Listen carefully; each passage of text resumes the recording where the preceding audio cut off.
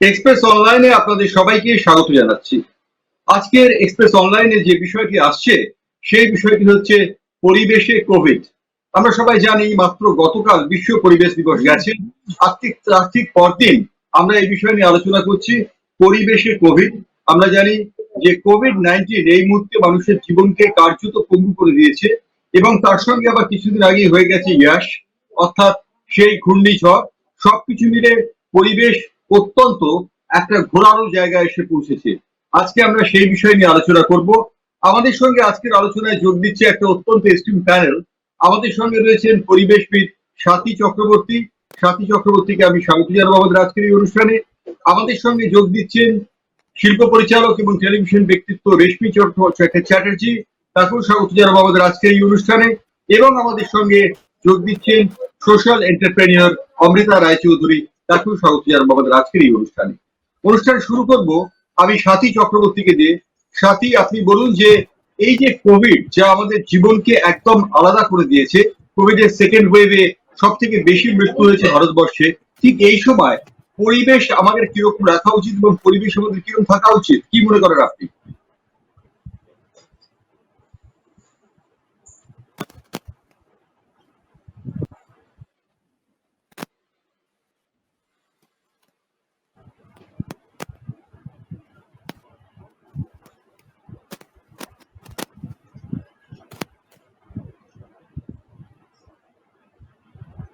কোনো কারণে অডিওর প্রবলেম হচ্ছে, যে কারণে অডিও আমি ঠিক শুনতে পাচ্ছি না। আমি আসছি স্বাতীর কাছে, আমি রেশমির কাছে একই প্রশ্ন নিয়ে যাব যে কোভিড এর সময় কিরকম পরিবেশ থাকা উচিত অথবা পরিবেশের কতটা প্রভাব কোভিড এর উপর পড়ে। হ্যাঁ, প্রথমেই সকলকে শুভ সন্ধ্যা জানাচ্ছি। আর সত্যি করে বলতে জয়ন্তদা, আমার মনে হয় যে সেকেন্ড ওয়ার্ল্ড ওয়ার এর পরে এইটা হচ্ছে একটা সবথেকে বড় চ্যালেঞ্জ মানব সভ্যতা বা মানব সমাজের কাছে।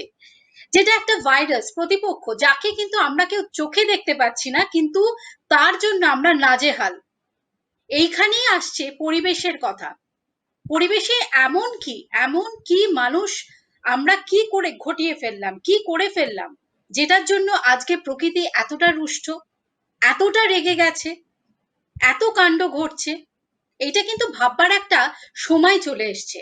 এবং কোভিড-19 বা এই করোনা বা অতিমারি মহামারী যেটাই আমরা বলি না কেন, পরিবেশের একটা বিশাল বড় এটার ব্যাপার রয়েছে, পরিবেশের সঙ্গে ওতপ্রোতভাবে জড়িত রয়েছে। আমরা যদি কয়েকটা রিসার্চ পেপার বা গবেষণাপত্র দেখি, সেখান থেকেই বুঝতে পারবো। আজকে মানুষ তার অধিকার বলে অনেক কিছু করে যাচ্ছে দিনের পর দিন। আমরা গ্লোবাল ওয়ার্মিং নিয়ে অনেক কথা বলি, প্রতিবারে প্রতি মুহূর্তে মানুষকে সচেতন করা হয়েছে। আজকে যে কারণে এই যে ইয়াস একটু আগে যে তুমি বললে, বা আমফান আমরা আগে পেয়েছি, বা ইয়াস, এই যে জলোচ্ছ্বাস বা ঘূর্ণিঝড়ে আক্রান্ত, আমরা দেখতে পাচ্ছি যে কি অবস্থা রয়েছে। যারা সে উপকূলবর্তী যে যারা রয়েছেন তাদের এখনো পর্যন্ত কি অবস্থা, মাটির বাড়িটা গলে গেছে, শুধুমাত্র একটা দরজা দাঁড়িয়ে রয়েছে, আর কিছু নেই। এইরকম অবস্থা কেন, কিসের জন্য? আজকে দীঘা মন্দারমণি আক্রান্ত কিসের জন্য? কারণ দিনের পর দিন এই ঝাউবনগুলোকে তুলে ফেলা হয়েছে। আজকে সুন্দরবনের ম্যানগ্রোভ অরণ্যর কি অবস্থা, সেখানে মানুষ তাদের ফুটপ্রিন্টস, মানুষ আমরা আমরা আমাদের ফুটপ্রিন্টস রেখেছি, তার সঙ্গে সবকিছুকে ধ্বংস করেছি। এই ধ্বংস করতে করতে এমন একটা জায়গাতে আমরা উপস্থিত হয়েছি, আজকে আমরা নির্দ্বিধায় কোনো রকম চিন্তা ভাবনা না করে আমরা প্রাণী হত্যা করে চলেছি একটার পর একটা। যারা ওয়াইল্ড লাইফ কনজারভেশন নিয়ে যারা কাজ করছেন, বা তারা অনেকদিন আগে থেকে এটা বলেছেন যে এখনো পর্যন্ত আমরা জানি না কোন জীবজন্তুর ভেতরে কোন ভাইরাস রয়েছে। এইভাবে ওয়াইল্ড লাইফকে এইভাবে আপনারা নষ্ট করবেন না, এইভাবে হত্যা করবেন না, এইভাবে বেচাকেনা করবেন না। এটা কিন্তু এই সতর্কবাণী দীর্ঘদিন ধরে দেওয়া হয়েছে, সেটা কিন্তু আমাদের কারুর মাথায় ঢোকেনি, কারুর কানে যায়নি। সেজন্য আজকে প্রকৃতির রুষ্ট, আমরা তার শিকার। রাইট, অর্থাৎ প্রাকৃতিক ইকুইলিব্রিয়াম অর্থাৎ সাম্যতা নষ্ট হয়েছে। তার জন্য আমরা একদম। একে একে দেখতে পাচ্ছি নানান ঘটনা। যদিও এই ভাইরাস যেটা হয়েছে, অর্থাৎ 60 ন্যানোমিটারের আকৃতি বিশিষ্ট একটি ভাইরাস, তা মানব জীবনকে কুড়ে কুড়ে খাচ্ছে গোটা বিশ্বে। প্রকৃতি তাতে হ্যাঁ। কতটা ভূমিকা নিচ্ছে সেটা আমাদের আজকের আলোচনার বিষয়। এবং আমরা জানি যে প্রকৃতির একটা ভূমিকা এর পিছনে রয়েছে। আমি একবার সরাসরি চলে যাব অমৃতা রায়চৌধুরীর কাছে। প্রথমে আমরা কোভিড এর পরিবেশ নিয়ে কথা বলবো, অর্থাৎ কোভিড এর সময় আদর্শ পরিবেশ কি হওয়া উচিত বলে অমৃতা, আপনি একজন সোশ্যাল এন্টারপ্রেনিয়র, আপনি কি মনে করেন? নমস্কার, গুড ইভিনিং। কোভিডের সময় যে প্রোটোকলস যেগুলো বলা হচ্ছে, যে ক্লিনলিনেস, হাইজিন, সেগুলো কিন্তু একটা পার্ট অফ লাইফ, যেটা কিন্তু আজকে নতুন করে বলে দিতে হবে না। বাচ্চাদের কিন্তু আমাদের বরাবরই শেখানো উচিত, যখনই বাইরে থেকে খেলাধুলা করে ফিরছে, হাত পা ভালো করে ধোয়া, হাত ধোয়ার যে প্রয়োজনীয়তা, এটা নতুন করে কেন বোঝাতে হবে? কোভিডের যেই প্রোটোকলস গুলো দেখবেন, কোনোটাই আমাদের কাছে যে অজানা তা নয়, কিন্তু আমরা কোনোটাই মানিনি। যেরকম রেশমিদি বললো যে আমরা রুষ্ট করেছি প্রকৃতিকে, এবং দিনের পর দিন নিজের স্বার্থে, ব্যবসার স্বার্থে, ট্যুরিজমের স্বার্থে, সবকিছুরই মধ্যে আমরা যে অজান্তে করে গেছি, তার ভোগ তো আমাদের পেতেই হবে। এবং যেটা এন্টায়ার গ্লোব আমরা ফেস করছি, সেটা একদিনের নয়, দীর্ঘদিনের। আমরা সবাই তার জন্য কিছু কিছু করে দায়ী। ঘুরতে যাওয়ার জন্য হয়তো ট্যুরিজমের সুবিধা হয়েছে, কিন্তু সেখানে আমরা বুঝতে পারিনি যে গাছ কেটে সেখানে রিসর্ট বানিয়ে ফেলা, পাহাড় কেটে রিসর্ট বানিয়ে ফেলা, এগুলোর তো মানে একটা না একটা এফেক্ট আমাদের পেতেই হতো। আর যেরকম এই কোভিডের প্রতিশোধ নিচ্ছে, আমরা বুঝতে পারলাম যে কোভিড এর ভাইরাসই হোক আর ইয়াস হোক অথবা আমফান হোক, প্রকৃতি প্রতিশোধ নিচ্ছে। আমি সাথী চক্রবর্তীর কাছে যাবো, আমি আশা করছি অডিও ক্লিয়ার হয়েছে। সাথী চক্রবর্তী, আপনি একজন পরিবেশবিদ, এই কোভিড পরিবেশের জন্য কতটা নির্ভরশীল? অর্থাৎ ভাইরাস যদি আসে এরকম ভাবে মারাত্মক আকারে, সেই সময় পরিবেশটা, আদর্শ পরিবেশ কি হওয়া উচিত?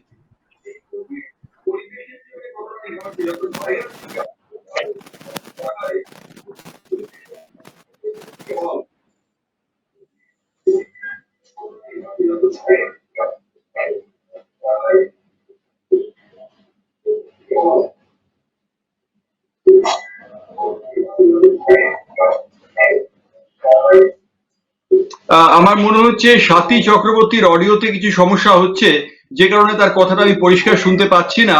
আমি আশা করব যে অনুষ্ঠান চলতে চলতে তার অডিওটা অবশ্যই জাস্টিফাইড হবে এবং অডিও আমরা শুনতে পাবো। আমি সাথী চক্রবর্তীকে অনুরোধ করবো তার অডিওটাকে একটুখানি সিনক্রোনাইজ করার জন্য। এই অবকাশে আমি রেশমির কাছে যাব। রেশমি, আমরা যে কোভিড সম্পর্কে শুনতে পাচ্ছি, যে কোভিড একটু আগেই অমৃতা যেটা বললেন, যে কোভিড এর ক্ষেত্রেও আমরা দেখতে পাচ্ছি প্রকৃতি আমাদের উপর প্রতিশোধ দিচ্ছে। আজকে আমরা যে কোভিড এর পরিবেশ, কোভিড এর একটা পরিচ্ছন্নতা, যে একটু আমরা শুনছিলাম যে হাত ধোয়া, দূরত্ব বজায় রাখা এবং তার সঙ্গে অন্যান্য বিষয়গুলো, এগুলো তো দীর্ঘদিন ধরে চলছে, কিন্তু এখন বলা হচ্ছে এটা ম্যান্ডেটারি, জীবনের একদম অঙ্গ। অর্থাৎ স্যানিটাইজেশন করা হাতটিকে, এবং তার সঙ্গে সোশ্যাল ডিস্টেন্সিং করা, নিজেকে বিচ্ছিন্ন রাখা, এই সবগুলো দরকার। তো পরিবেশ তো নির্ভর করে মানুষের ওপর। তো মানুষ এই পরিবেশকে যেভাবে তৈরি করেছে, পরিবেশ তো সেভাবেই তৈরি হয়েছে। তো এক্ষেত্রে মানুষের কতটা দায় রয়েছে পরিবেশকে এইভাবে তৈরি করার জন্য? নিউ নর্মাল ফেজে এই যেটা অমৃতা বলল, যে এটা তো আমরা বরাবরই করতাম। অনেক জিনিস আছে যেটা আমাদের বরাবর আমাদের সিস্টেমের মধ্যে রয়েছে, কিন্তু আমরা একটু অচেতন হয়ে পড়ি, মানে আমরা সচেতন থাকি না। এই সচেতনতার অভাব বা অ্যাওয়ারনেস এর অভাব অনেক সময় আমাদের বিপদের মুখে ফেলে দেয়। এই কোভিড-19 এর ক্ষেত্রেও তাই হয়েছে। আমরা সবাই জানি খেতে খাওয়ার আগে হাত ধোয়াটা জরুরি। আমরা সকলে জানি কি কি করা উচিত আর কি কি করা উচিত নয়, কিন্তু তবুও আমরা কিন্তু অচেতন স্তরে গিয়ে, মানে সচেতন না হয়ে আমরা কিন্তু কাজটা করে ফেলি। আজকে সেই জন্য আমরা এইসবের শিকার হয়েছি। আজকে সেই জন্য আমাদের প্রতি মুহূর্তে হাত ধুতে হচ্ছে বা সোশ্যাল ডিস্টেন্স আমাদের মেনটেন করতে হচ্ছে, আমাদের একটু দূরে থেকে কথা সবসময় মাস্ক পরতে হচ্ছে। এইসব এই যে বিষয়টা নিউ নর্মাল ফেজে এগুলোকে যে আমাদের আয়ত্ত করতে হয়েছে, সেটা হচ্ছে নতুন করে প্রকৃতি আমাদেরকে শেখাচ্ছে যে এটা তোমরা করনি, দেখো এখানে আমরা রুষ্ট হয়েছি, এবং রুষ্টের কারণটাও কিন্তু আমরা ক্ষতি করেছি। প্রকৃতি আমাদের কিন্তু দিয়ে গেছে, মাদার আর্থ আমাদের সবকিছু দিয়েছে, অক্সিজেন থেকে শুরু করে সবকিছু, ফসল থেকে শুরু করে আমাদের জীবনটাই আমরা দাঁড়িয়ে রয়েছি মাদার আর্থের ওপর। কিন্তু আমরা সবকিছু ভুলে গিয়ে আমরা সেখানে কুঠার দিই, মানে আমরা যে ডালটাতে বসেছি আমরা সেই ডালটাকেই কিন্তু কাটার চেষ্টা করেছি।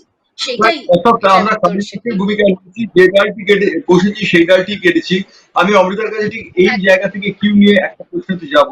সেটা হচ্ছে যে অমৃতা, আমরা দেখেছি যে আমরা যে পরিবেশ আমাদের চারপাশে যেটা রয়েছে সেখানে সাধারণ ক্ষেত্রে যখন কোভিড ছিল না, আমরা যে নিঃশ্বাস নিই সেই নিঃশ্বাসের সঙ্গে আমরা বিষ গ্রহণ করি। আমরা দেখেছি যে একটা পয়েন্ট অফ টাইমে কলকাতার গড়িয়াহাট সব থেকে বেশি খারাপ আবহাওয়া ছিল সেখানে, অর্থাৎ সেখানে সব থেকে বেশি আমরা জানি যে সব থেকে বেশি বাতাসে বিষ জন্মেছিল। তো অনেকে বলছেন যে কোভিডটা বাতাস বাহিত ভাইরাস, বাতাস থেকে প্রকাশ করে যায়। তো এই যে ঘটনাটা ঘটে এর ফলে আমাদের কি একটা দায় নেই যে বাইরের পরিবেশটাকে নির্মল করা? এই যে লকডাউন হয়েছে, লকডাউনে বাইরের পরিবেশ তো অনেকটা নির্মল হয়েছে, কিন্তু সবসময় তো লকডাউন করে রাখা সম্ভব নয়। সেক্ষেত্রে আমরা কিভাবে এই ব্যাপারটাকে খানিকটা হলেও অ্যাড্রেস করতে পারি অমৃতা? এখানে প্রথমেই হচ্ছে এই যে এডুকেশন সিস্টেম, হ্যাঁ, মানে চিরাচরিত শুধু পুঁথিগত বিদ্যা নয়, বাচ্চাকে বায়োলজি বা বটানি বা জুলজি পড়ানোর সময় শুধু খাতা বই মাথায় রেখে পড়ালে হবে না। তাদের কতবার নিয়ে যাওয়া হয় গাছের পাতা বা বোঝানোর জন্য, তাদের সাথে কানেক্ট। এই যে আমাদের পরের প্রজন্ম, তাদেরকে আমরা শুধু কি বই পড়িয়েই শেখাবো পরিবেশ কিভাবে ঠিক রাখতে হয়, নাকি আমাদের তাদের হাতে ধরে আমরা তাদের শেখাবো যে একটা গাছ, এই যে আমরা বলি একটা গাছ একটা প্রাণী, এত এসে লিখছে, এত কিছু লিখছে, কিন্তু কতটা হ্যান্ডস অন হচ্ছে? বাচ্চাদের কি সত্যি প্র্যাকটিক্যাল ওরিয়েন্টেড শেখাতে হবে পরিবেশ ঠিক রাখার জন্য? আজকে তো আমরা আমাদের লাইফটাকে ইজি করার জন্য বাড়িতে যেখানে একটা গাড়িতে দরকার, সেখানে 4টে মানুষ যদি 4জন রোজগার করে তাহলে 4টে গাড়ি হয়, সেখানেই পরিবেশ দূষণ হচ্ছে। 4টে আলাদা আলাদা ঘরে তারা থাকে, তো 4টে ঘরে এসি চলছে, গ্লোবাল ওয়ার্মিং তাতে হচ্ছে। সারাক্ষণ তারা বাইরে আশেপাশে কে আছে না আছে কানেক্ট না করে, তারা আমরা সবসময় টেকনোলজি, ফোন, কম্পিউটার, এর উপরে আমরা কানেক্ট করছি। তো পরিবেশের সাথে আমাদের কানেক্ট কতটা, এটা শুধু বই বা ওরকম ভাবে পড়াশোনা করিয়ে নয়, হ্যান্ডস অন ট্রেনিং, বাচ্চাদের এক্সপোজার দিতে হবে। ধুলো মাটি খেলা, কতগুলো স্কুলে রয়েছে যেখানে খেলা ম্যান্ডেটরি, যেখানে গার্ডেনিং, প্রত্যেকটা স্কুলে একটা গার্ডেন তৈরি করা, বাচ্চাদের পার্ট বাই পার্ট সেখানে শেখানো। আজকে আমরা কখনো ভেবেছিলাম বাচ্চারা নিজেদের স্কুল কলেজ সব বন্ধ করে তারা বাড়ি ঘরের মধ্যে বন্দি হয়ে যাবে, বাইরে খেলতে যেতে পারবে না? কতটা অসহায় এক একটা আমাদের প্রজন্ম, যাদের হাতে আমরা এই পৃথিবীকে রেখে যাব। তো এইভাবে তো আমার মনে হয় শিক্ষা ব্যবস্থা অনেক অনেক বেশি হ্যান্ডস অন করতে হবে, প্র্যাকটিক্যাল করতে হবে। পরিবেশকে শুধু বলে বসে কথা বলে পরিবেশ ঠিক রাখা যাবে না। রাইট, আমি আশা করছি স্বাতী চক্রবর্তীর অডিও ঠিক হয়েছে। আমি জানি না স্বাতী চক্রবর্তী স্ক্রিনে আসতে পারবেন কিনা। যদি অডিও ঠিক হয়ে থাকে তাহলে স্বাতী চক্রবর্তীর কাছে আমার একটা প্রশ্ন, যে আমাদের যুগটাকে, আমাদের সময়টাকে, জীবনটাকে যদি দুটো ভাগে ভাগ করা হয়, একটা ভাগ হচ্ছে কোভিড পূর্ববর্তী যুগ, একটা হচ্ছে কোভিড পরবর্তী যুগ, ভবিষ্যতে হয়তো এইভাবেই ভাগ হবে। তো সেক্ষেত্রে কোভিড পূর্ববর্তী যুগেও আমরা দেখেছি মানুষ পরিবেশ সম্পর্কে সচেতন হয়নি, এবং কোভিড পরবর্তী যুগেও মানুষ কতটা সচেতন হবে সেই সম্পর্কে খানিকটা চিন্তার অবকাশ রয়েছে। একজন পরিবেশবিদ হিসেবে আপনি আমাকে একটু বলে দিন যে কোভিড পরবর্তী যুগে আমরা তো এই লকডাউন থেকে একদিন বেরোবো, আমরা তো আবার নর্মাল জীবনযাত্রায় ফিরবো, সেই সময় আমাদের কি করা উচিত এই পরিবেশটাকে?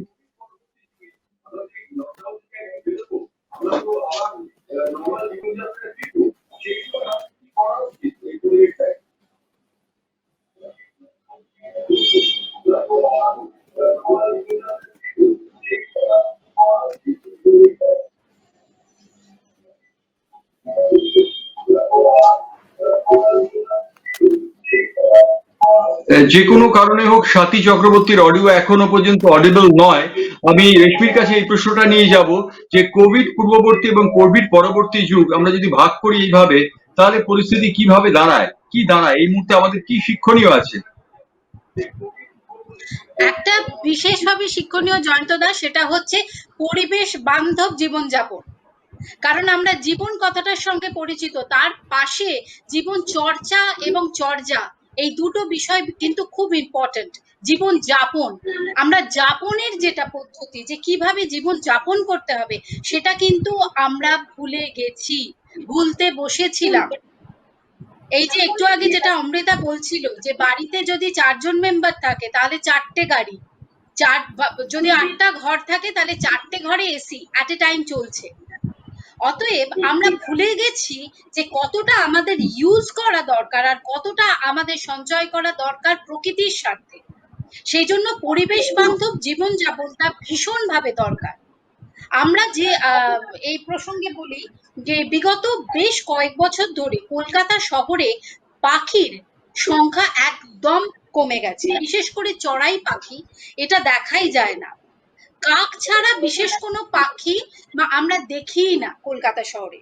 সেই জন্য 2015 সাল থেকে হেলো হেরিটেজের পক্ষ থেকে এবং তার পাশে অবশ্যই আমরা কলকাতা মিউনিসিপাল কর্পোরেশনকে পেয়েছি, আমরা একটি ক্যাম্পেইন শুরু করি যে সেভ দি বার্ডস এবং পেন্টোগ্রাফি বলে একটি এক্সিবিশন আমরা স্টার্ট করি। তার উদ্দেশ্যই থাকে পাখির ছবি, বিভিন্ন পাখিরালয় যে বার্ড ওয়াচাররা যে যান বিভিন্ন পাখিরালয়, সেখানে গিয়ে যে ছবিগুলোকে ক্যামেরাবন্দি করেন সেইগুলোকে নিয়ে এসে শহরে আজকে প্রদর্শনীর মাধ্যমে এবং সেমিনারের মাধ্যমে মানুষকে সচেতন করা যে একটা দিন আসবে কেন পাখিগুলো নেই, তার একটা কারণ কিন্তু আমরা। এই যে উজ্জ্বল আলো, ফ্লাড লাইট, এই যে এত দূষণ, এত আওয়াজ, এইগুলোর জন্য এবং যেখান সেখান দিয়ে আজকে কেবেলের তার শুধু নয়, যেখান থেকে একটা বাড়ি থেকে আর একটা জায়গায় কানেকশন যেতে গেলে যে তার যাচ্ছে, শুধুমাত্র যে শহরের বিউটিফিকেশনটা নষ্ট করছে তাই নয়, তার সঙ্গে কিন্তু অনেকের অনেক কিছু ক্ষতি করে দিচ্ছে, যেমন পাখিদের। সেই জন্য চড়াই পাখি আর দেখাই যায় না। কিন্তু এইখানেই হচ্ছে ব্যাপার, এই যে গত 2020 মার্চ থেকে জয়ন্তদা আমরা যে কোভিড-19 এর শিকার এবং এখনো পর্যন্ত যে ধারাটা চলছে, এর মধ্যে কলকাতা শহরে অনেকেই ফেসবুকেও দিচ্ছেন, সোশ্যাল মিডিয়াতেও দিচ্ছেন, আমরাও দেখতে পাচ্ছি আমাদের বাড়ির জানলাতে বিভিন্ন ধরনের ছোট ছোট পাখিরা এসে বসছে। কিসের জন্য? তার কারণ হচ্ছে পরিবেশ এখন অনেকটা পরিষ্কার হয়ে যাচ্ছে, দূষণ কমে যাচ্ছে, গাড়ি সেভাবে আর বেরোতে পারছে না, এমনকি পরিবহন এই যে বন্ধ হচ্ছে, এইগুলো হচ্ছে মানে কোভিড এর আগের পরিস্থিতি, কোভিড এর পরের পরিস্থিতি। রাইট, অর্থাৎ আমরা বুঝতে পারছি যে পরিবেশের একটা দরকার রয়েছে। আমি অমৃতার কাছে যাব। অমৃতা, একটু আগে আপনি অক্সিজেনের কথা বলছিলেন যে অক্সিজেনের অভাবে আমরা জানি কোভিড রোগীরা প্রচন্ড অসুবিধার মধ্যে পড়ে যাচ্ছেন এবং অক্সিজেনের সরবরাহ কম, চাহিদা বেশি, এরকম একটা অবস্থা। কিন্তু আমাদের তো নির্মল আকাশ রয়েছে, আমাদের তো খোলা আহ বৃক্ষ রয়েছে, আমরা তো বৃক্ষ কেটে ফেলছি। সেই বৃক্ষ কেটে ফেলার ফলে, অর্থাৎ গাছ কেটে ফেলার ফলে আমরা তো অক্সিজেনের সরবরাহ খানিকটা ঘাটতি হয়ে যাচ্ছে। আমার মনে হয় যে এই বিষয়টা অত্যন্ত ইম্পর্টেন্ট যে অক্সিজেনের অভাবে আমরা আজকে হাহাকার করে মরছি। সেই অক্সিজেন কিন্তু প্রকৃতি আমাদের প্রচুর দিয়েছে, কিন্তু আমরা সেটা গ্রহণ করতে পারছি না। অমৃতা, কি মনে হয়?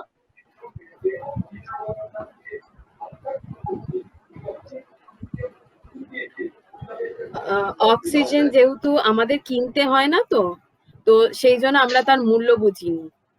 তো যদি আজকে সেটা টাকা দিয়ে কিনতে হতো, দেখতেন তার মূল্য আমরা বুঝতাম।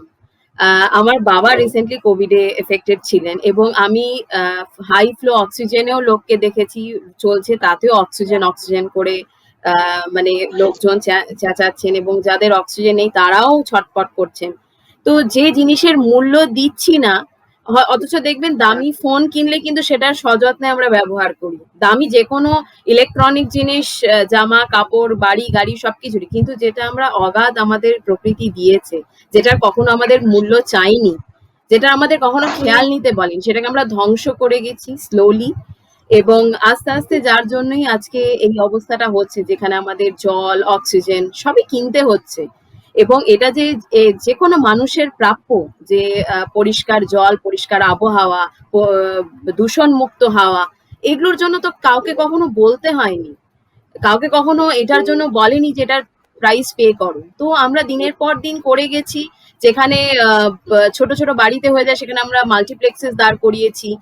শহরে হয়তো 10টা মাল্টিপ্লেক্সে হয়ে যেত, সেখানে আমরা 100টা মাল্টিপ্লেক্স করেছি। হ্যাঁ, ব্যবসার ডেফিনেটলি হেল্প হয়েছে, প্রচুর লোক আর্থিক ভাবে সেখানে সক্ষম হচ্ছেন, কিন্তু বেঁচে থাকার যে জিনিসগুলো প্রকৃতি দিয়েছে সেগুলোর তো আমাদের শেখানো হয়নি। আর যেটা আমরা বিনামূল্যে পাচ্ছি সেটার কদর তো আমরা করি না। তো সেটাই হয়েছে এখন, যেটা আমাদের বুঝিয়ে দিচ্ছে। সাথীর কণ্ঠস্বর শুনতে পাবো, আমি আন্দাজ করতে পারছি। সাথী, পরিবেশবিদ হিসেবে আপনি বলুন, এই যে অবস্থানটা চলছে, অর্থাৎ যেটা আমাদের কাছে সুলভ, প্রকৃতি আমাদের কাছে অনেক কিছু দিয়েছে কিন্তু আমরা গ্রহণ করতে পারছি না, এই কোভিড পরিস্থিতিতে কোথাও কি দেখে মনে হচ্ছে যে আমাদের আরেকটু এডুকেট হওয়া প্রয়োজন, আমাদের পারিপার্শ্বিকতা সম্পর্কে ওয়াকিবহাল হওয়া প্রয়োজন, কোথা থেকে আমরা অক্সিজেন পাবো, কোথা থেকে আমরা ভাইরাসকে জয় করার মতো স্যানিটাইজার নিজেরাই উৎপাদন করতে পারবো, এইসব জায়গাগুলো থেকে আমাদের একটু নজর দেওয়া উচিত, কি মনে হয় পরিবেশবিদ হিসেবে? হ্যাঁ, দেখুন জয়ন্তদা, এতক্ষণ ধরে আমি খুবই দুঃখিত যে আমি কয়েকটা জায়গায় নেটওয়ার্ক কানেকশনস এর জন্য আসতে পারিনি।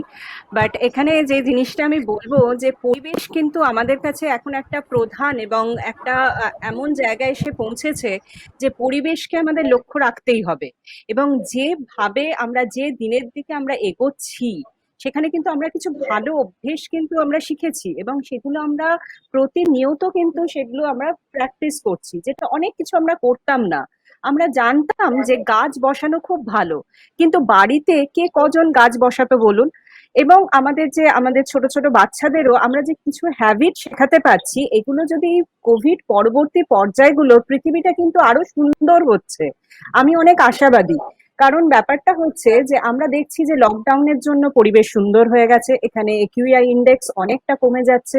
সুতরাং এই যে আমাদের সিওপিডি বা যে সমস্ত রোগগুলোকে আমরা এতদিন পর্যন্ত খুব নেগলেক্ট করতাম, ঠিক আছে, অ্যালার্জি আছে, আমাদের দূষণজনিত কারণে আমরা অনেককে দেখি আজকে প্রত্যেকের ঘরে ঘরে, যেমন ডায়াবেটিস আছে, যেমন হাইপার টেনশন মতো যেমন আমরা দেখতে পাচ্ছি, প্রত্যেককেই খেতে হয় এই ধরনের ওষুধ। সেরকম কিন্তু দূষণজনিত কারণে আজকে সর্বাধিক মৃত্যু হয়, সেটা কিন্তু আমরা একদম ভুলে যেতে বসেছিলাম। আমরা অনেক কিছু নেগলেক্ট করতাম, আমরা দেখতে পাচ্ছি যে মারা যাচ্ছে এই কারণে। কিন্তু কোভিড এসে গেল, আমরা কিন্তু অনেক সচেতন হয়েছি, আমরা অনেক ডিজিজ অনেককে নিয়ে এখন আমরা অনেক সচেতন হয়েছি।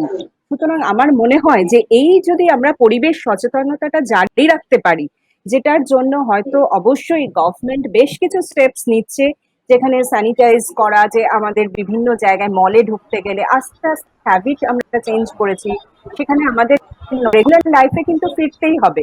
আমরা মনে করতে পারি না যে লকডাউন হচ্ছে আলটিমেট সলিউশন। আমাদের আস্তে আস্তে এই লকডাউন থেকে কিছুদিন নর্মাল, তারপর আবার কিন্তু আমরা নর্মাল লাইফে ফিরবো, এই আশাটাই রাখা যাচ্ছে। কিন্তু তার সাথে যেটা রাখতে হবে সেটা হচ্ছে আমাদের কিছু অভ্যাসগত পরিবর্তন। এই অভ্যাসের যদি কিছু পরিবর্তন করতে পারি, তাহলে কিন্তু এই যে প্রাকৃতিক ঝঞ্ঝা, এই যে আমাদের বারবার আসছে, সেই দিক দিয়ে কিন্তু পরিবেশ সত্যি বিপন্ন। আজকে আমরা দেখতে পাচ্ছি শুধু ইন্ডিয়া, আজকে আরব সাগরের তীরে হয়েছে টাউটের মতো একটা সাংঘাতিক সাইক্লোন। আজকে যদি চীনে দেখি, সেখানে তো হয়েছে সাংঘাতিক ভাবে বৃষ্টি, সেখানে একদম মানে সাংঘাতিক ভাবে অলিম্পিকের প্রতিযোগীরা পর্যন্ত মারা গেছে। তারা কি প্রেডিক্ট করতে পারেনি? নিশ্চয়ই আমাদের কাছ থেকে পরিবেশ এমন একটা জায়গায় পৌঁছে যাচ্ছে যে আমরা অনেক কিছু প্রেডিক্ট করতে পারছি না, সেগুলো এসে যাচ্ছে। সুতরাং আমাদের আরো গভীরভাবে পরিবেশ সম্পর্কে রিসার্চের দরকার, এবং সেই জায়গাটা আরো বেশি দরকার, যেগুলো ইমপ্লিমেন্টেশন, পলিসি ইমপ্লিমেন্টেশন দরকার বলেই আমার মনে হয়। রাইট।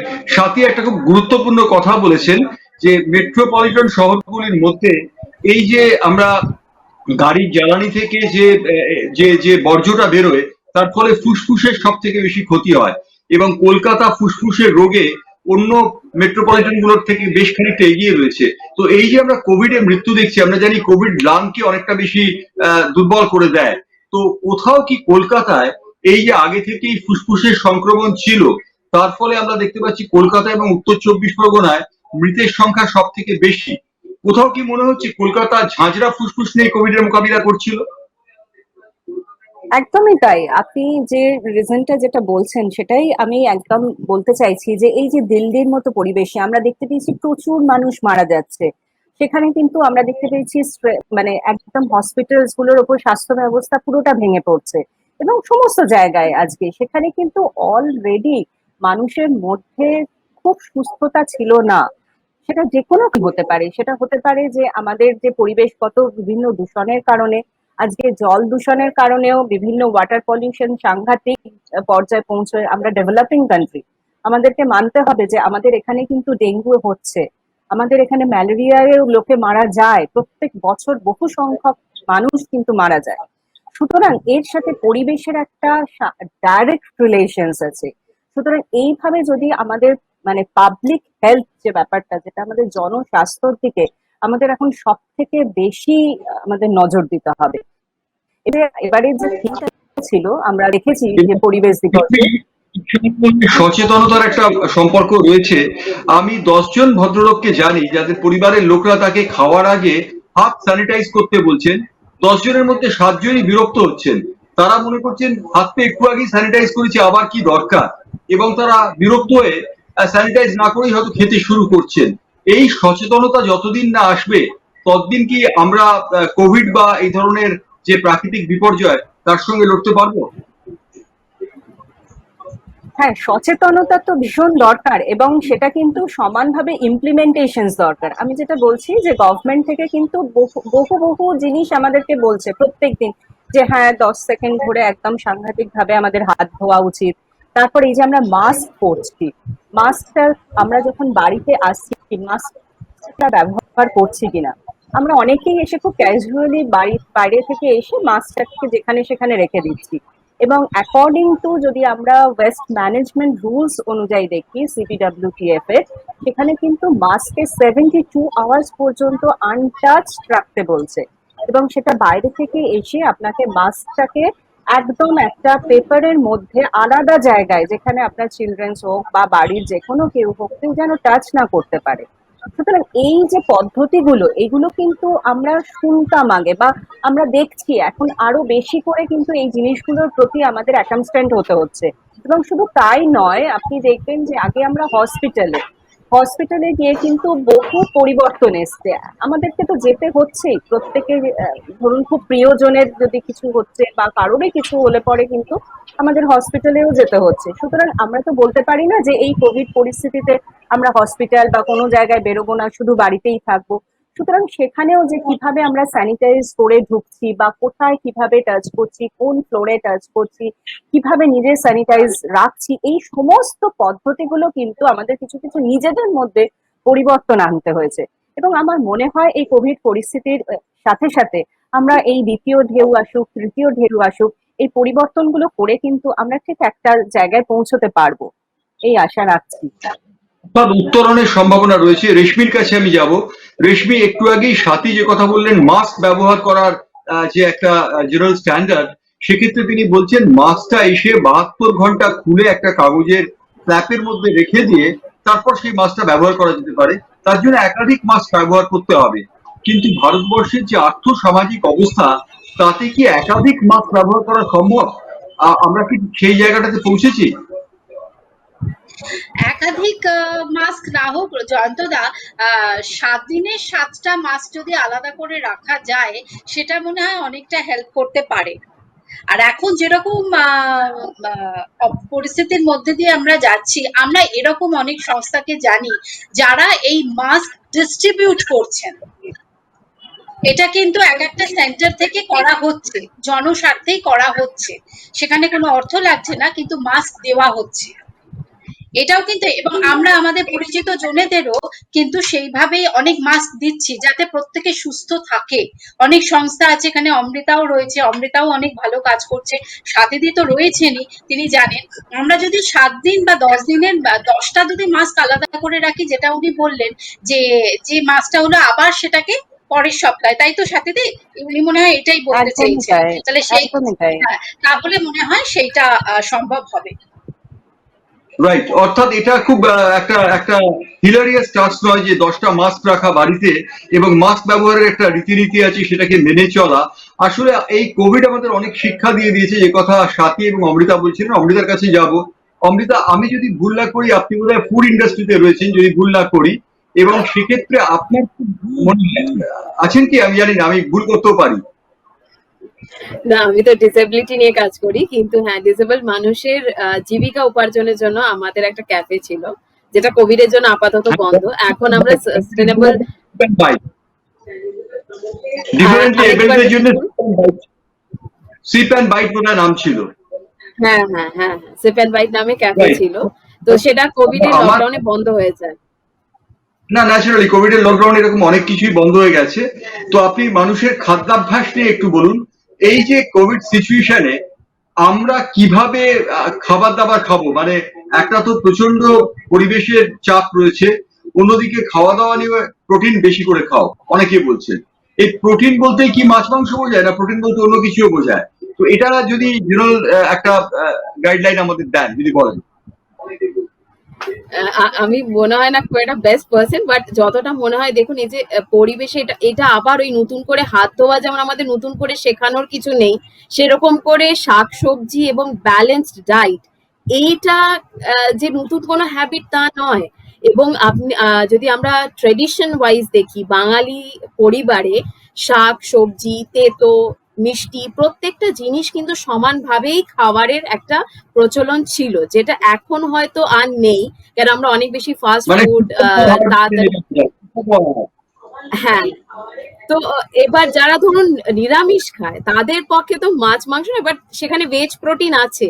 সেই ভেজ প্রোটিন সেগুলো কিভাবে পাবে? ডাল, রাজমা, সয়াবিন, এই ধরনের ফুড হ্যাবিটস। এবং আমি বারবারই বলবো যে বাচ্চাদের মধ্যে যেটা স্বাতীদি বা রেশমিদি সবসময় বলছে যে আমাদের নতুন করে তৈরি করতে হচ্ছে। হয়তো সচেতনতা ছিল কিন্তু কোথাও আমরা ভুলে গেছিলাম, আবার আমাদের নতুন করে শেখাতে হচ্ছে বাচ্চাদের যে এগুলো খাওয়া দরকার, কেন বহুদিন ধরে আমরা সেই প্র্যাকটিসটা করি না। তো যেখানে ইজি হয়ে যায় একটা সুইগি বা ফুড ডেলিভারি না, মানে অ্যাপে তাড়াতাড়ি ফুড এসে যাবে, খাবার চলে আসবে, সেখানে কষ্ট করে রান্না করার বা অত মানে অ্যারেঞ্জমেন্ট করার দরকার নেই। কিন্তু তাতে কি হচ্ছে, আমাদের ইমিউনিটি সিস্টেম উইক হয়ে যাচ্ছে। এবং এই যে বাড়ির খাবার, শাক সবজি ফল, এগুলোর তো সত্যি কাউকে, এটা তো আমরা ছোটবেলা ক্লাস 1 থেকে, যবে থেকে সায়েন্স হবে তবে থেকে আমরা পড়ে আসছি। এবং এটা আমাদের বাঙালিদের দেখবেন এটা খুব বড় কালচার ছিল যেটা আমরা ভুলে যাচ্ছি। আমার মনে হয় সেগুলোকে আমাদের আবার জীবনে ফিরিয়ে আনা, তেতো দিয়ে শুরু এবং মিষ্টি দিয়ে শেষ, এই পুরো ব্যাপারটাকে নিয়ে আসা আমার মনে হয় অনেক অনেক বেশি দরকার বাচ্চাদের মধ্যে এই হ্যাবিট গুলো তৈরি করা। আমাদের পুরোপুরি সিস্টেমে ফিরে যেতে হবে যাতে আমাদের মানুষেরা ওষুধ ছাড়াও দীর্ঘ জীবন যাপন করতেন এবং দীর্ঘ জীবনে থাকতেন। আমি সাথী চক্রবর্তীর কাছে যাবো। সাথী, আমি জানি না এরকম ধরনের কোনো স্টাডি হয়েছে কিনা যে শহরে কোভিড ভাইরাসের কতটা প্রকোপ এবং গ্রামের দিকে কতটা প্রকোপ। গ্রামে কিন্তু দূষণের মাত্রা কম, গ্রামের মানুষের গাড়ির ধোঁয়া বেশি, তারা খায় না। 2 নম্বর হচ্ছে তারা অক্সিজেন পায়। সবকিছু মিলে এই স্টাডিটা হওয়া দরকার যে শহরে কোভিড এর প্রকোপ এবং গ্রামে কোভিড এর প্রকোপ। সাথী, আপনি কি বলতে পারেন যে গ্রামের মানুষ কোভিডে আক্রান্ত হচ্ছে, তাহলে এই ভাইরাস তো অনতিক্রম্য, ভাইরাস তো দুর্দম, এই ভাইরাসকে আটকানো খুব মুশকিল। তাহলেও বোধহয় প্রকৃতির ইকুইলিব্রিয়াম খানিকটা যদি আমরা রাখতে পারি, তাহলে গ্রাম কিংবা শহর দু জায়গাতেই আমরা জয় করতে পারি। কি মনে হয়? হ্যাঁ, একদমই এটা খুব রিলেভেন্ট প্রশ্ন করেছেন, কারণ আমাদের সবসময় মনে হয় যে গ্রামের প্রকৃতি তো খুবই ভালো আছে এখনো পর্যন্ত, ওখানে হয়তো দূষণ খুবই কম।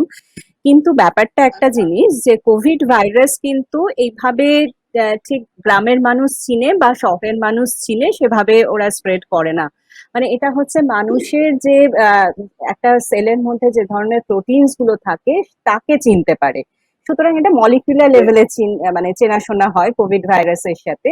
এবং এখানে আরো একটা খুব প্রশ্ন যেটা অমৃতদি যেটা তুললো, যে আমাদের যে খাওয়া দাওয়ার হ্যাবিট, এবং আমরা যেটা দেখতে পাচ্ছি যে রিসেন্ট রিপোর্ট অনুযায়ী যে আমরা খুব বেশি ন্যাচারাল ফুড থেকে আমরা এই জিঙ্ক রিলেটেড ভিটামিনস এবং প্রচুর সি ভিটামিনস খাওয়া, এবং রিসেন্ট রিপোর্টে দেখা গেছে যে অক্টোবর মাসে প্রায় $7 কোটি টাকার মধ্যে কিন্তু আমাদের এই জিঙ্ক রিলেটেড মেডিসিনস বিক্রি হয়েছে। তাহলে বুঝতে পারছেন যে মানুষ কিন্তু খুব হুজুগে, আমরা কিন্তু বাঙালি বলুন সবাই মানুষ কিন্তু সাধারণত খুব হুজুগে, যে আচ্ছা আমাকে হয়তো কোভিড প্রোটেকশনস নিতে হবে, আমাকে এই ভিটামিন সি তার মানে যা যা আছে মেডিসিন সমস্ত খুঁজে ফেলো, সেভাবে খেয়ে নাও। কিন্তু আসলে কিন্তু যেটা উনিও বললেন যে এটা কিন্তু আসল সলিউশনস নয়, আমাদের ন্যাচারাল ইমিউনিটিটা কিন্তু খুব দরকার। সুতরাং একটা সুষম খাদ্য, যেটা আমরা সেই ছোটবেলা থেকে বিজ্ঞান বইতে পড়তাম যে সুষম ডায়েট, সেটা কিন্তু খুব দরকার। সেটা গ্রামের মানুষ বলুন শহরের মানুষ বলুন প্রত্যেককে মানে নির্বিশেষে এই সুষম ডায়েটের মধ্যে আসতে হবে। এবং আমি আরো একটা জিনিস বলবো যে এখানে আমরা দেখতে পাচ্ছি যে যেটা আমরা শুধু ছোটদের কথা ভাবছি, ছোটদেরকে বিভিন্ন ভাবে আমরা ইমিউন করার চেষ্টা করছি, এখানে কিন্তু প্রত্যেকটা এজের মানুষ কিন্তু একই রকম ভালনারেবল। মানে আগে দেখা যাচ্ছিল যে হয়তো এজেড মানুষের দের কাছ থেকে আমরা দেখতে পাচ্ছিলাম বিভিন্ন কোমরবিড ফ্যাক্টরস গুলো আছে, কিন্তু রিসেন্ট আপনাদের কাছে যা পরিসংখ্যান আছে আপনারা বিভিন্ন ভাবে দেখেছেন যে রিপোর্টে, এখানে কিন্তু প্রচুর কম বয়সের ইয়াং জেনারেশনস এরও কিন্তু মানে ডেথ হয়েছে, এবং সেখানে কিন্তু অনেক কোমরবিড ফ্যাক্টরস কিন্তু নেই। এবং এই ইয়াং জেনারেশনস এর এই যে ফুড হ্যাবিট বলুন বা ইমিউনিটি, যেটা আমরা খুব বেশি ডিপেন্ডেন্সি ছিলাম, আমরা বাইরের খাবারের ওপর বেশি ডিপেন্ডেন্সি থাকতাম। আমরা কিন্তু এই যে সুষম খাদ্য বাড়িতে বসে যে সমস্ত শাক সবজি খাওয়া বা এগুলো থেকেও তো বিভিন্ন ভিটামিনস ধরুন, বিভিন্ন মিনারেলস ধরুন, এগুলো তো আমাদের আসে এবং সেগুলো কিন্তু বডির প্রোটিন বিল্ড আপের জন্য খুব দরকার। সুতরাং এই জায়গাগুলোতে আমাদেরকে আরো বেশি ফোকাসড হতে হবে, যেটা আমরা কিন্তু এই কদিনে বেশ কিছু অভ্যাসগত পরিবর্তন এনেছি। আমি বারবার বলছি যে শুধু গাছ বসানো নয় বা আমার ব্যালকনিতে 4টে ফুল গাছ লাগাচ্ছি শুধু তা নয়, আমরা কিন্তু আমাদের খাবারের মধ্যে আমরা ব্রেকফাস্ট যেটা করছি, আমরা লাঞ্চ যেটা করছি, আমাদের সমস্ত জায়গায় কিন্তু সেই ধরনের আমরা জিনিস আনবার চেষ্টা করেছি, সেটা ভেজ নন ভেজ সমস্ত রেসপেক্টিভ অফ দ্যাট, যে সেই জিনিসটা কিন্তু আমাদের চালু রাখতে হবে, কারণ ইমিউনিটি একটা বিশাল রাইট, বড় ফ্যাক্টর এই কোভিড এর ভাইরাস থেকে। Absolutely right. এক্ষুনি স্বাতী চক্রবর্তী এক্সপ্রেস অনলাইনে যে কথাটা বললেন, যে জিঙ্ক ট্যাবলেট অর্থাৎ জিঙ্কোভিট অথবা ভিটামিন সি জাতীয় ট্যাবলেট লিমসি, এটার উপকার কিন্তু আপনি পেতে পারেন একটা পেয়ারা কিংবা একটা পাতিলেবুতে। সুতরাং যদি ন্যাচারাল ফুড প্রোডাক্টস এর উপর আপনি যান, অর্থাৎ যেগুলো সহজাতভাবে উৎপন্ন হয়, তাহলে উপকার হতে পারে। জিঙ্কোভিট অথবা লিমসির বদলে আপনি পেয়ারা বা পাতিলেবু খেতে পারেন, তাহলে উপকার হবে। রেশমি কিছু বলছিলেন? হ্যাঁ, আমার বক্তব্য হচ্ছে এটাই, যে ওই যে একটু আগে জয়ন্তদা কথাটা হলো না, এই যে ইমিউনিটি সিস্টেমের ক্ষেত্রেও আমরা একটা কথা বলতে পারি, এটা না চট করে একদিনে হয় না। আজকে যেরকম কোভিড-19 এর শিকার হয়েছি, এটা এই ব্যাপারটা অনেক দিন থেকে কিন্তু গড়াচ্ছে। আমরা প্রকৃতিকে বিভিন্নভাবে হেনেছি, আমরা আঘাত দিয়েছি, সেই জন্য আজকে প্রকৃতি তার উত্তরটা দিচ্ছে। এটা কিন্তু একদিনে হয়নি। ঠিক সেরকম আমাদের যে ইমিউনিটি সিস্টেম, সেটা হঠাৎ একদিনে আমি অনেক কিছু ওষুধ খেয়ে ফেললাম বা অনেক খাবার খেয়ে ফেললাম এবং আমার ইমিউনিটিটা গ্রো করে গেল, এটা কিন্তু হয় না। অ্যাকচুয়ালি এই যে জীবন যাপন, একটু আগে আমি একটা যাপন কথাটা বলেছি, বা চর্চা, আমরা একটা জীবন থেকে পুরো সরে গেছিলাম জয়ন্তদা। আমরা এত জাঙ্ক ফুড এবং আমাদের যে দৈনন্দিন যে একটা খাবার যে স্টাইল, সেই স্টাইল থেকে আমরা বেরিয়ে গেছি। এখন দেখা যায় ম্যাক্সিমাম লোকজনরা বা এখনকার জেনারেশন, তারা তেতো খেতে চায় না, তারা অনেক ফল খেতে চায় না, তারা বাইরের ফুড অনেক বেশি প্রেফার করে এবং সেটা তাদের বায়না।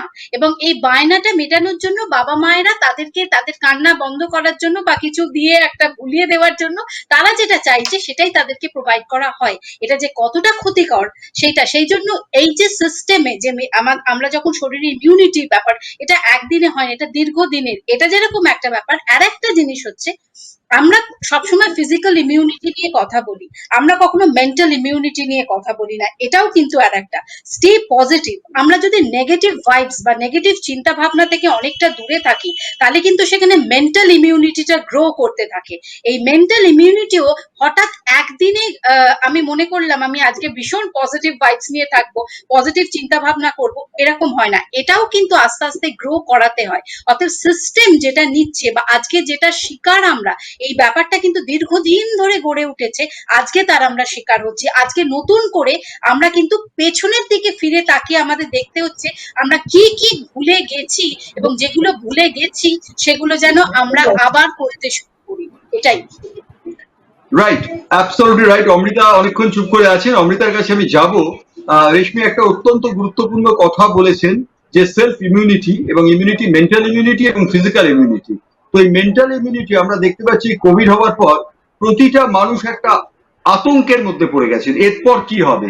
এই যে লকডাউন চলছে, এই লকডাউন তো দীর্ঘস্থায়ী হবে না, আবার সবাই জীবনে ফিরে আসবেন। কিন্তু অমৃতা, কোথাও কি মনে হয় না যে আমরা বড় আত্মবিস্মরণের জাতি? আমরা কদিন ভুলে যাব আমাদের নিকট আত্মীয়কে হারিয়েছি, আমরা কেউ মামা কাকা জ্যাঠা বন্ধুকে হারিয়েছি, এটা ভুলে গিয়ে আবার আমরা সেই চড়াইবতী করে সেই জীবনে ফিরে যাব যে জীবনটা আমাদের কাছে কাঙ্ক্ষিত নয়। নাকি কোভিড পরবর্তী যুগে এমন একটা যুগ আসবে যখন আমরা খানিকটা সচেতন হব? কি মনে হয় অমৃতা? এই যে মানে প্রথম ডিসকাশন থেকেই হচ্ছে যে সবকিছুই আবার আমাদের সচেতন করে তোলার জন্য হচ্ছে। তো সেরকমই আমরা সবসময় তো শুনি উত্তর দেওয়ার জন্য, কিন্তু কখনো শোনাটাও দরকার বোঝার জন্য। সেরকমই এই যে সময়টা যাচ্ছে, আমাদের পেশেন্স রাখতে হবে। এই পেশেন্সও কিন্তু মানুষ হারিয়ে ফেলছে। মানুষের কাছে সেটা নেই, সেটার বড় অভাব। কেন আমরা সব সময় ছুটছি, কিসের পেছনে ছুটছি, কতটা জোরে ছুটছি, আমাদের কারোর কোনো সেটার মানে জ্ঞানই নেই, কিন্তু করে যেতে হবে, করে যাচ্ছি। তো এই যে বসে ভাবা, ইন্ট্রোস্পেকশন, এগুলোর সময় বোধহয় এখন তো শুধু একজন আধজন নয়, পুরো গোটা পৃথিবী এই একটা খারাপ সময়ের মধ্যে দিয়ে যাচ্ছে। এবং সময়ই হচ্ছে একটা জিনিস যেটা মানে time is the best healer. সময় দিতে হবে, সময়টাকে পেরিয়ে যাওয়ার জন্য যে সময়টা দিতে হবে সেটাতে আমাদের ধৈর্য রাখতে হবে, পেশেন্স রাখতে হবে, এবং মেন্টাল ইমিউনিটি যেটা রেশমিদি বললেন যে ধীরে ধীরে তৈরি করা, এবং যেরকম ফিজিক্যাল ইমিউনিটি একদিনে হবে না, মেন্টাল ইমিউনিটিও একদিনে হবে না। তো প্রত্যেকটা মানুষকে, আমরা তো সো কল্ড অ্যাডাল্ট, তো আমাদের কাছে সেই আমাদের পরবর্তী প্রজন্মকে শেখানো যে শুধু যেরকম ভালো একটা হ্যাবিট গড়ে তোলা, খাওয়া দাওয়া পরিবেশের সম্পর্কে, সেরকম নিজের মানসিক চর্চা, যে পেশেন্স রাখা, শোনা, বসা, স্থির হওয়া, পেছনে ফিরে দেখা, এই সব কিছুরই কিন্তু একটা মাহাত্ম্য রয়েছে, এবং সেটা দিতে হবে। সময়ের আগে কিচ্ছু করা যাবে না। তো খুবই খারাপ Right. সময়, এবং একজন আরেকজনের পাশে দাঁড়ানো আমার মনে হয় এখন খুব বেশি দরকার। তো সময় কিছুটা দিতে হবে। সহমর্মিতা দরকার, সে তো একেবারেই সঠিক কথা। অর্থাৎ একে অপরের পাশে না দাঁড়ালে, বাড়িয়ে দাও তোমার হাত, সেই হাতটা যদি আরেকজন না ধরে সমান আন্তরিকতা নিয়ে, তাহলে তো এই কোভিড এর বিরুদ্ধে লড়াই করা যাবে না। আমি সাথী চক্রবর্তীর কাছে অন্য একটি বিষয়ে যাব। ল্যান্ডসেট বলে একটি ম্যাগাজিন রয়েছে, যেটি আমেরিকার একটি বিখ্যাত মেডিকেল জার্নাল। তারা বলেছে এই কোভিড এর ভাইরাস বায়ুবাহিত, অর্থাৎ তারা বাতাসে ঘোরে। তো আমাদের বাতাস তো এমনিতেই পলিউটেড, নানান কারণে পলিউটেড। হয়তো এই লকডাউনের সময় খানিকটা নির্মল হয়েছে, কিন্তু লকডাউনে এই যানবাহন চলবে না, ট্রেন চলবে না, বাস চলবে না, ট্যাক্সি চলবে না, অটো চলবে না। এটা তো স্বাভাবিক জীবন নয়। জীবনে সবটাই ফিরে আসবে। যখন ফিরে আসবে, তখন এই জায়গাগুলো কি হওয়া উচিত, আদর্শ কি হওয়া উচিত বলে আপনি মনে করেন সাথী চক্রবর্তী? হ্যাঁ, দেখুন, এটা খুবই রিলেভেন্ট প্রশ্ন। কারণ ব্যাপারটা হচ্ছে, আজ থেকে 1 বছর আগে যখন ঠিক কোভিডের জাস্ট যখন আমরা জানতে পেরেছিলাম যে কোভিড আমাদের একদম পরিবেশের চারদিকে ছড়িয়ে যাচ্ছে, ঠিক সেই সময় কিন্তু এই প্রশ্নটা আমাকে ফেস করতে হয়েছিল যে একজন আপনি বলুন যে এটা কি আদৌ বায়ুবাহিত কিনা। কিন্তু তখন আমরা দেখেছিলাম যে যে সমস্ত ল্যান্ডসেট বা সমস্ত বড় জার্নাল বা যেখানে সমস্ত রিসার্চের, এটা তো ধীরে ধীরে একটা ভাইরাস এলে পরে সেটা কিন্তু একটা রিসার্চের একটা সময় দিতে হবে, যেমন একটা ভ্যাকসিন তৈরিতে সময় দিতে হচ্ছে। ভাইরাসের প্রকৃতি, নেচার, সেটা যে আজকে আমরা বলছি বায়ুবাহিত, আজ থেকে 1 বছর আগে কি এটা বায়ুবাহিত ছিল না? অবভিয়াসলি ছিল।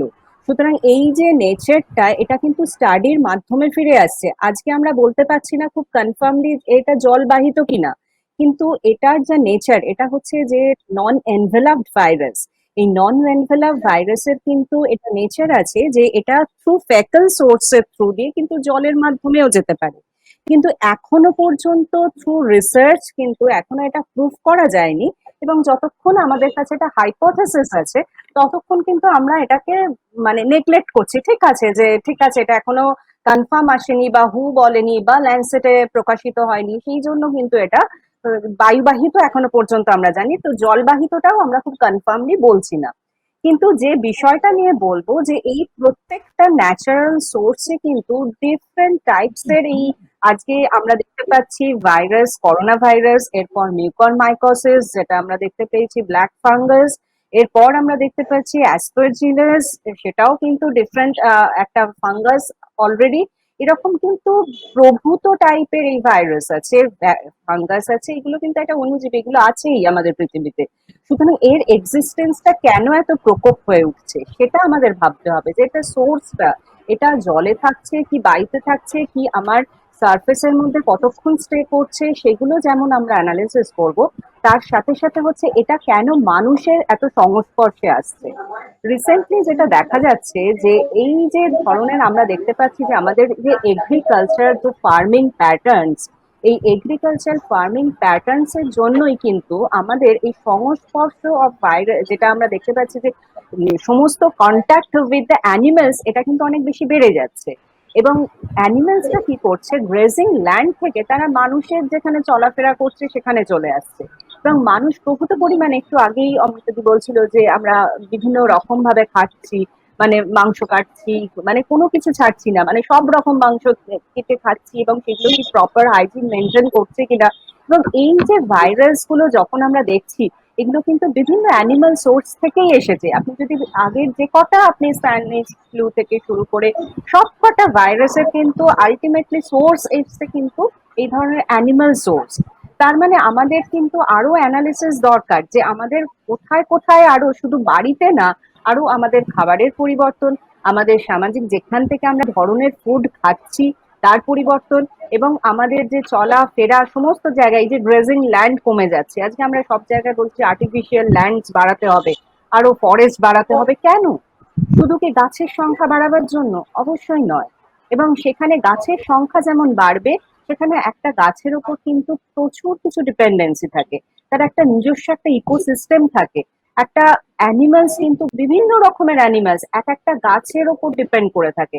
আপনি যদি একটা শুধু বট গাছকে দেখেন আর পাশে যদি একটা বকুল গাছ রাখেন, দুটো গাছের চরিত্র যেমন আলাদা দেখবেন, সেখানে দুটো গাছের মধ্যে যে সমস্ত কীট পতঙ্গ প্রাণী পাখি যা যা থাকে দুটো আলাদা। এগুলো আমরা লক্ষ্য করতাম না আগে। আমরা শুধু চিন্তা করছি যে কোন গাছের কাঠটা আমাদের বেশি কাজে লাগবে, কোনটা আমাদের বেশি টেকসই হবে। আমাদের নিজস্ব আহরণের জন্য আমরা কিন্তু প্রচুর ভাবে ন্যাচারাল রিসোর্স গুলোকে আমরা ধ্বংস করেছি। এবং সেটা দেখা গেছে যে 20% অফ দ্য টোটাল পপুলেশন কিন্তু আমরা 80% অফ দ্য ন্যাচারাল রিসোর্স কে নষ্ট করেছি। ন্যাচারাল রিসোর্স মানে সারা পৃথিবীর মধ্যে ইট ইজ অ্যাকাউন্টেড। সুতরাং আজকে আমি যে প্রশ্নটা আপনার আবার ফিরে যাচ্ছি, যে এই যে আমরা বলছি জল বা বাতাস সমস্ত কিছুর মধ্যে থেকেই আজকে আরো পরবর্তীকালে আরো যত রিসার্চ এগোবে, আরো যত আমরা ডেটা পাবো, তত কিন্তু আমরা কনফার্ম করতে পারবো যে এই প্রত্যেকটা জিনিস কি কি ভাবে ট্রান্সমিট হতে পারে বা কি কি সোর্সে ট্রান্সমিট হতে পারে। সুতরাং এখন যেহেতু ল্যাক অফ কিছু ডেটা আছে, এখনো কিন্তু স্টিল আমাদের কিছু জায়গা এখনো অপূর্ণ থেকে যাচ্ছে, আমরা কোনো কনফার্ম বলতে পারছি না। এখনো সেই জায়গাগুলো আমাদের প্রপার রিসার্চের দরকার, গেট দ্য মানে specific data on that. Swati Chakraborty যেটা বলেছেন যে কোভিড নিয়ে আরো রিসার্চ দরকার, এবং রিসার্চ তো হতেই চলেছে বা হচ্ছেই, সেই রিসার্চের রিপোর্ট আসতে আরো দেরি হবে। অর্থাৎ কোভিড এর সেকেন্ড ভাইরাস যে আমাদের এসছে, আমরা থার্ড ভাইরাস নিয়ে এখনই আতঙ্কে রয়েছি, কিন্তু মনে হয় রিসার্চের ফলে আমরা সেই আতঙ্ক থেকে খানিকটা দূরে যেতে পারবো। রেশমি, আমার প্রশ্ন, যে প্রশ্নটা করব শেষ প্রশ্ন আর কি, সেই প্রশ্নটা হচ্ছে, আমাদের ঠাকুমা দিদিমারা কিছু রেসিপি দিতেন, তারা বলতেন হাঁচলে মুখে কাপড় দিতে হবে, তারা বলতেন খাওয়ার আগে হাত ধুতে হবে, তারা বলতেন যে বাইরে বেরোবার সময় সাবধানে লোকের থেকে একটু দূরে থাকতে হবে। এগুলো ফিরিয়ে আনলেই তো আমাদের অনেক বেশি আমরা ইমিউন হতে পারবো, কারণ ইমিউনিটির একটা বড় ভূমিকা রয়েছে এই বিষয়টিতে। অবশ্যই, অবশ্যই।